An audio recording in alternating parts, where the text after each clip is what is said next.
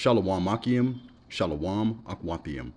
Call Halal Yahweh, Bahashem, Yahweh Shai, Bahashem, Rakah Kradash, and double honors to the apostles and the elders of Great Millstone. The inspiration for this particular lesson, it comes from this photo that I have queued up for you. And why is that? Because not only in the kingdom of heaven are the heathens going to be slaves unto the house of Israel, but also the heathen are going to continue to perish in the kingdom. All right? And that's according to prophecy. You know, it amazes me that these Christians come with these various questions, but they can't get around the prophecy written in Deuteronomy chapter 30, verse 7. They can't get around the prophecy written in Zechariah chapter 14, verse 16 through 19. All right? The heathen are going to continue to die in the kingdom and be reborn. All right? And how do we know according to scriptures? Let's come out of this very quickly here. Remember, Yahweh Shai made this statement during his ministry, because immortality is only for the nation of Israel. All right? John chapter 10, verse 27 through 28.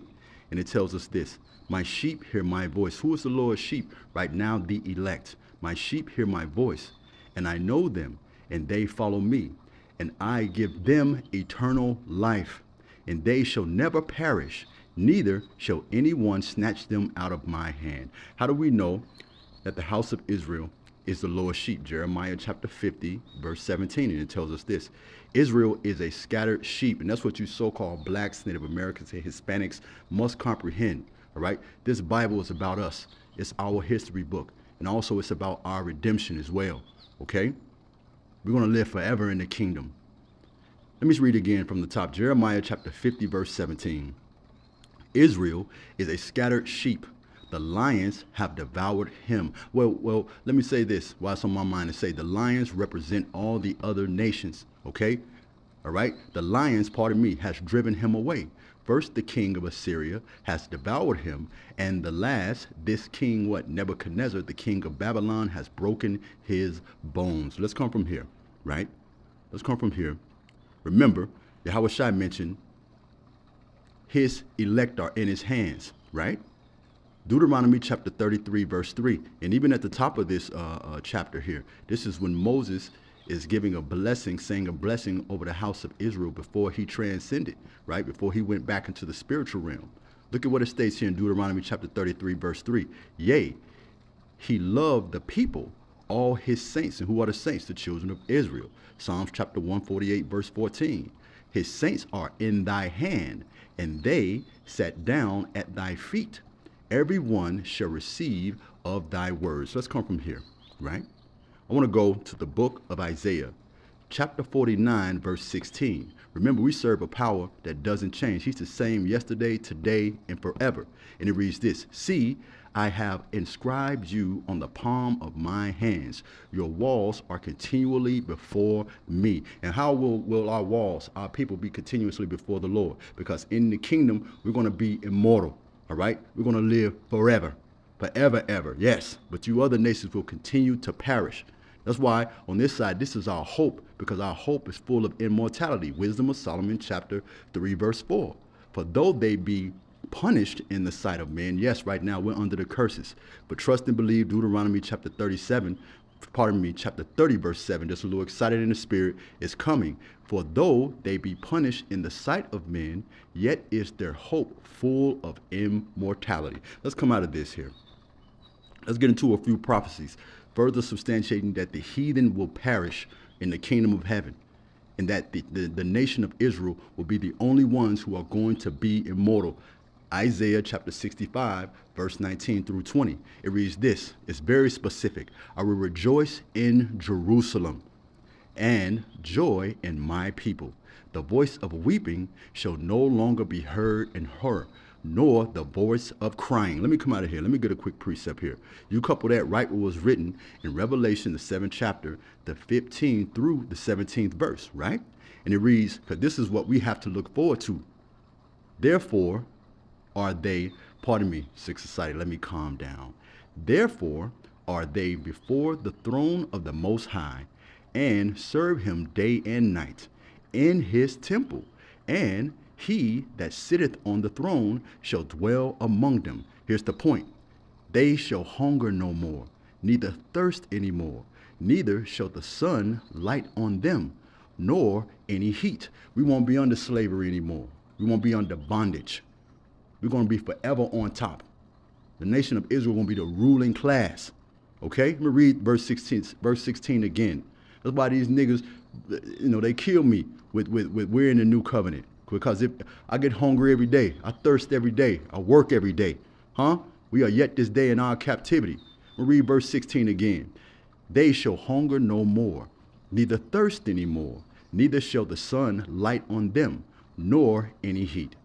For the Lamb which is in the midst of the throne shall feed them, and shall lead them unto living fountains of water, and the Most High shall wipe away every tear from their eyes. Let me stop there, and let me go back to Isaiah chapter 65, and I'll read it again. I will rejoice in Jerusalem, and joy in my people.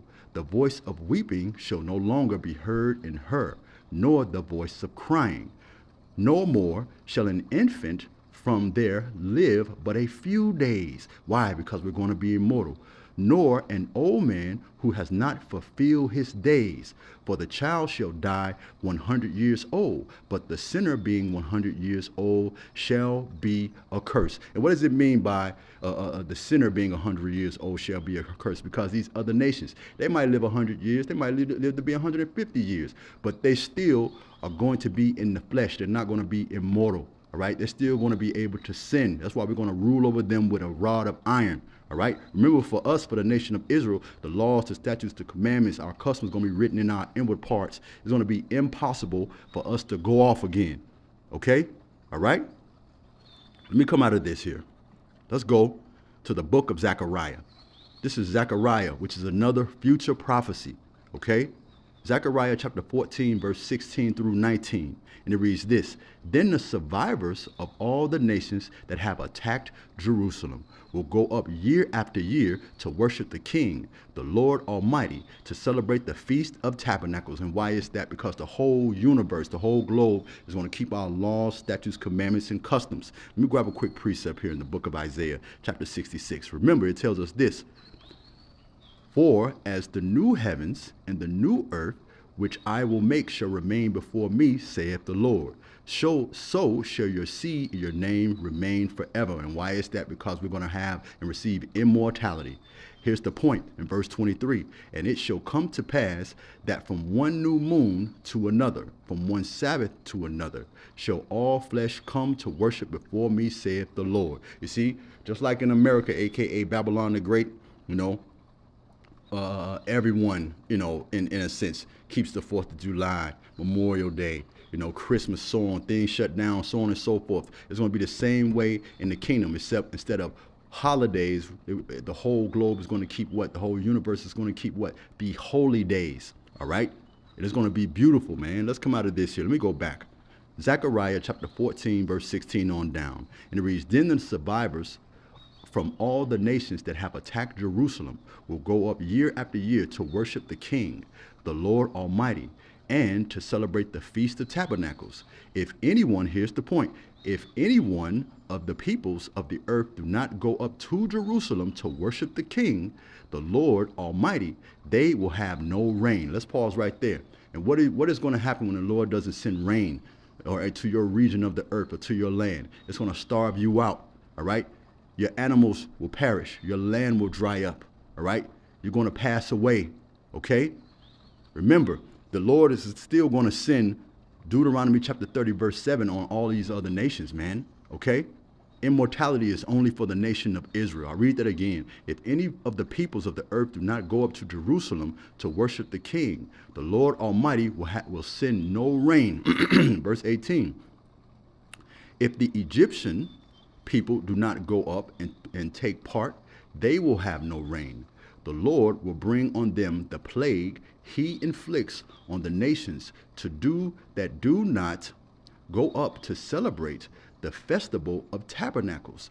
Verse 19, this will be the punishment of the Egyptian and the punishment of all the nations that do not go up to worship or celebrate the Feast of Tabernacles. You see that? And all of this is a part of prophecy here. This is why we should also be longing for the kingdom. But Only the nation of Israel will be immortal in the kingdom of heaven. All these other nations are going to perish. And I hope through the Spirit and the power of Yahweh Bahashem Yahweh Shai, this quick lesson has been edifying. Shalom.